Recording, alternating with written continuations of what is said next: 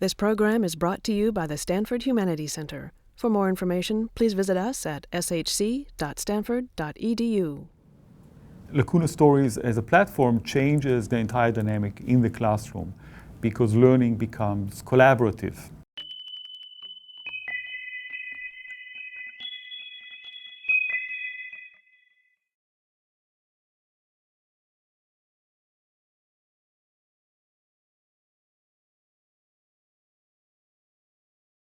Lacuna Stories is an online social and collaborative learning platform. In particular, in classrooms, we use it to bring in different kinds of media around a topic, from texts like novels or scholarship, films, and images. So it allows students to engage with the materials in a very in-depth way through annotation, and then to draw connections across the materials. What the platform does is to show us how students think critically and how their critical thinking over time evolves, changes, grows, because we see through the annotations how this actually happens. There's a long history of annotation, and even this notion of social annotation, from manuscripts being passed through different scribes and sharing their annotations on the text. What was interesting for me is the new affordances of digital annotation, namely having the experience of simultaneity, to be reading a text alongside someone else and to be seeing their annotations. Annotation is also a practice that allows us to stop, close read, and at times to sort of crowdsource what spots are worth really pausing and slowing down because there's lots of annotations on a certain quote, for instance.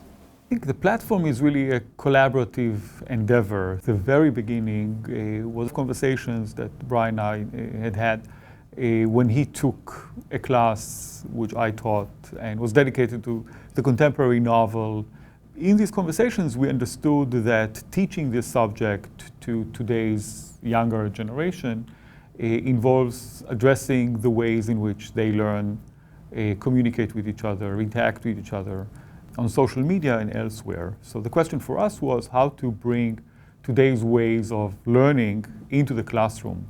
One of the things that really interests me with this is how we can design software to encourage new ways of learning and new ways of thinking in the students. The most challenging task was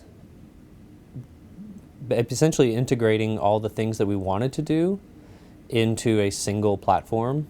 There wasn't anything that existed. I'm involved with all of the content on the site, getting it all up, the hundreds of books, journal articles, movies that we have. My role is to digitize texts, to edit them, upload them, bibliographies, abstracts, get everything ready for the students to annotate. Let me show you first what the annotations look like. When you annotate, you highlight a section of text and you can say, this is a comment.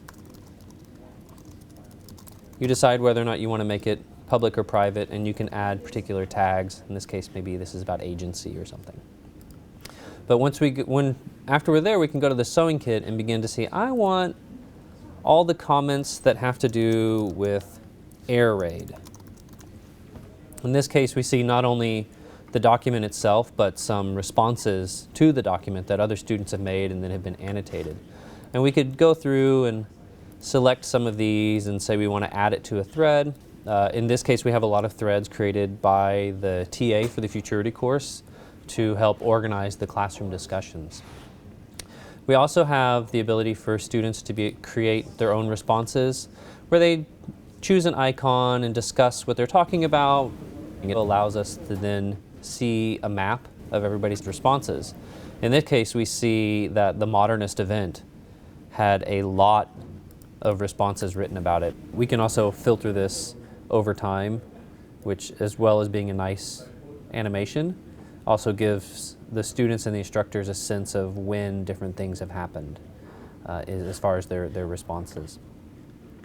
This also leads into the annotation dashboard, which takes all the annotations that they've created for over the course and allows them and the instructors and the researchers to get a better sense of what kind of work they're doing. We can see if they're mostly writing comments or highlights. We have a way to where they can filter over time to see who's annotating what and when they're doing it. And this is a really good check for the instructors too, because based on our research, we know that a lot of just heavy highlighting without actual comments is not as productive for learning? The best thing about Lacuna Stories so far that I've experienced is that it totally changes the classroom experience. Instead of wondering what other people were thinking about when they were reading the texts or what direction the professor is going to take the discussion, that's already set out for you because you've already been having those discussions before you walk into the classroom. On the teaching side of things, we're just really excited to get Lacuna Stories in as many classrooms that will really advantage from this kind of learning environment, particularly flipped or blended classrooms where instructors recognize a lot of the learning happens before class and after class. On the research side of things, we're really excited to be able to answer just really basic questions like, how do students read? How do instructors read? And how do those reading practices change in print or if it's digital?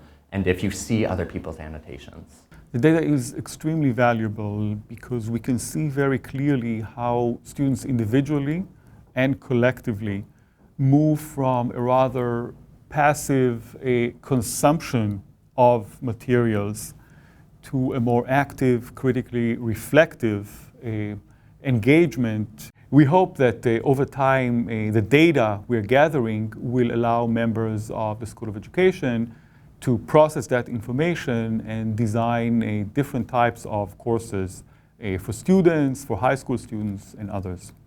Lacuna Stories really liberates the amount of narratives that surround a given topic. So instead of just having, for example, the professor's voice determine how the class understands a text, the power distribution changes a little bit. So you have a lot of voices coming into the room, and even students that normally would be very quiet or maybe wouldn't speak up that much on a given topic have already spoken on it. And I believe that over time, this platform will allow us to educate better citizens because, again, it turns them from passive consumers of information and knowledge into active participants in the critical reflection on that knowledge.